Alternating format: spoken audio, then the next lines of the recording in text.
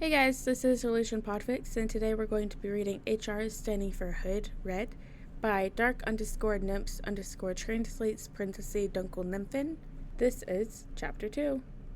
Boss, asked Roadrunner, can I speak to you?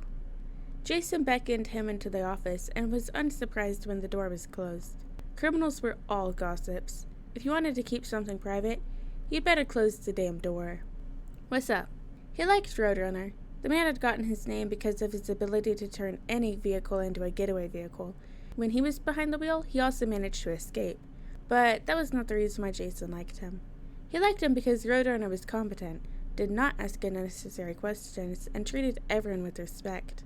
Roadrunner looked around uncertainly, and then sat down across from Red Hood.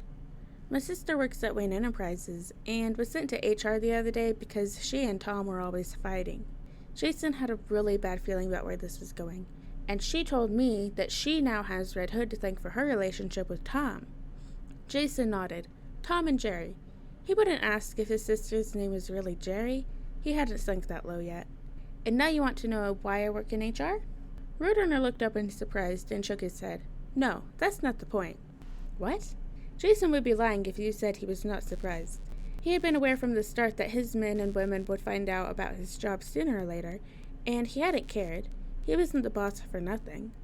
If anyone had a problem with it, they would surely leave voluntarily or stay and shut up. Roadrunner swallowed and slipped Jason 2 pieces of paper. I was wondering if you could look over my application and CV. Jason was speechless. I don't want to leave you, of course, Roadrunner added hastily. But I'm starting to get along with my family again now, and I want to prove to him that I can do a legitimate job. However, my application doesn't look that great, and I don't think anyone will take me like that. Jason couldn't help but beam behind his helmet, something his voice modulator would surely hide. I'll be happy to help you. Leave your papers here and pick up the upgrade tomorrow. Roadrunner looked at him as if he had just plucked the moon from the sky with his own hands. Thanks, boss. I owe you one. Jason didn't look at him as Roadrunner left the office. He was already busy with the application. Jason had not only corrected formal errors, but also added a job at Red Hood Logistics, including a job reference. If Roadrunner didn't get a job as a cab driver, then he didn't know what to do. Of course, it was debatable whether cab driver in a city like Gotham was so much more respectable than getaway driver, but he kept that opinion to himself. Funnily enough, the rest of the henchmen didn't find out about his second job from Roadrunner. Roadrunner hadn't told anyone, which was another reason why Jason liked him. His henchmen found out from the newspaper. Wayne Enterprises hires Red Hood. It really made headlines. #RH working in HR was trending on social media sites. Jason took the liberty of hanging the article in a frame in his office. Jason hadn't expected a parade when his henchmen found out about his other job. He wasn't that naive. However, he was surprised when they all, really all, gathered at his headquarters. They had to squeeze in to fit everyone. At the front was Millie, who looked as if she had rather taken her vacation this week than next. What are you doing here? He asked sharply. If they thought the job at Wayne Enterprises had made him weaker, they were in for a real treat. If anything, this job had made him stronger. You could only settle so many office squabbles before you acquired the best poker face ever and the patience of an angel. Everything about Millie's posture screamed, I'm just the bearer of the news. She swallowed hard before narrowing her eyes and ripped the words off like a peel-off Band-Aid, quickly and painfully. This is an intervention, boss. We're worried about you. Red Hood raised his hand and interrupted her. I took the job at Wayne Enterprises because I wanted to and for no other reason. My psyche is doing very well. Go back to work. Nobody moved. That's not the point, Millie denied. What? For the second time this week, Jason was wrong about his henchmen. He really couldn't let this become a habit. We're worried because you're working too much. 2 full-time jobs are too much. In the office during the day and here at night, when do you relax, sleep, or cook, boss? Do you even take care of yourself? Jason's jaw dropped. He couldn't say anything, just stare. It didn't help that he had talked to a colleague earlier in the day about her being a workaholic. Great. Now he felt like a hypocrite. We think it would be better if you changed your day job to half-day and only let us every other day. There was also a suggestion that you could hire our deputies. They had really given it some thought. So, you don't have a problem with the job itself? He asked, confused. Almost everyone shrugged their shoulders. Everyone has weird hobbies, Larry yelled. Jason grimaced. Larry's hobby was playing prank calls. He didn't appreciate being understood by Larry, of all people. "I'll think about your suggestions," he announced, and with that, everyone exhaled and the meeting broke up.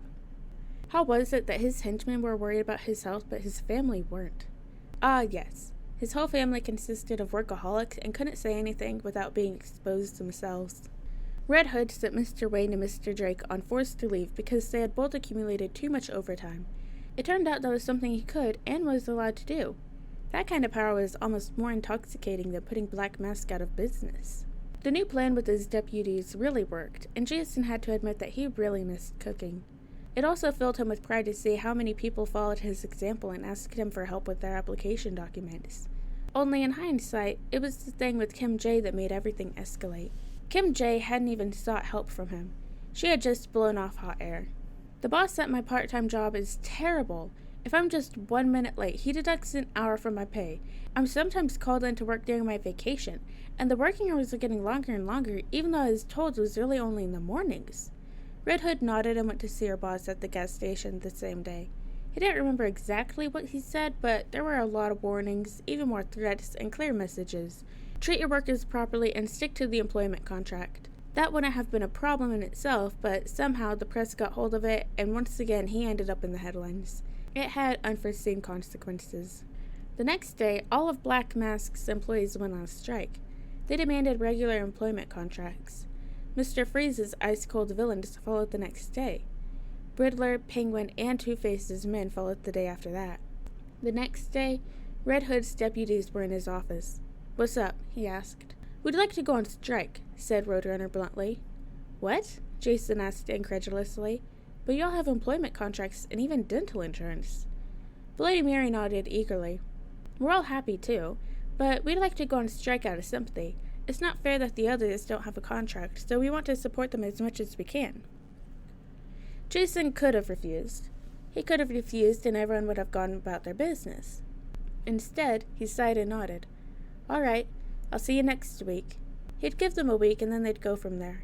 Worst case scenario, he'd have to kick the asses of all the other crime bosses in this town, because he couldn't have his business suffering too. A kick up the ass was not necessary. It took a few more days before everyone caved in and opted for employment contracts. Contracts that Alvin Draper kindly reviewed on Red Hood's recommendation. Two-Face's contracts in particular had to be checked again because he had slipped in too much ambiguous wording. Needless to say, Red Hood had fallen far down the popularity scale in the underworld. But since almost all of Gotham celebrated him as a hero for his efforts, Jason could live quite well with Black Mask's wrath. And even if someone was after his life, he would have to do it himself, because the employment contracts all had a clause stating that Red Hood was not allowed to be murdered. He had to let Tim have that. He had cleverly slipped that clause in. Alright guys, and that's the end of chapter 2 of HR standing for Hood read by dark_nymphs_translates _Duckle_nymphin. I hope you guys liked it, and I'll see you in the next chapter.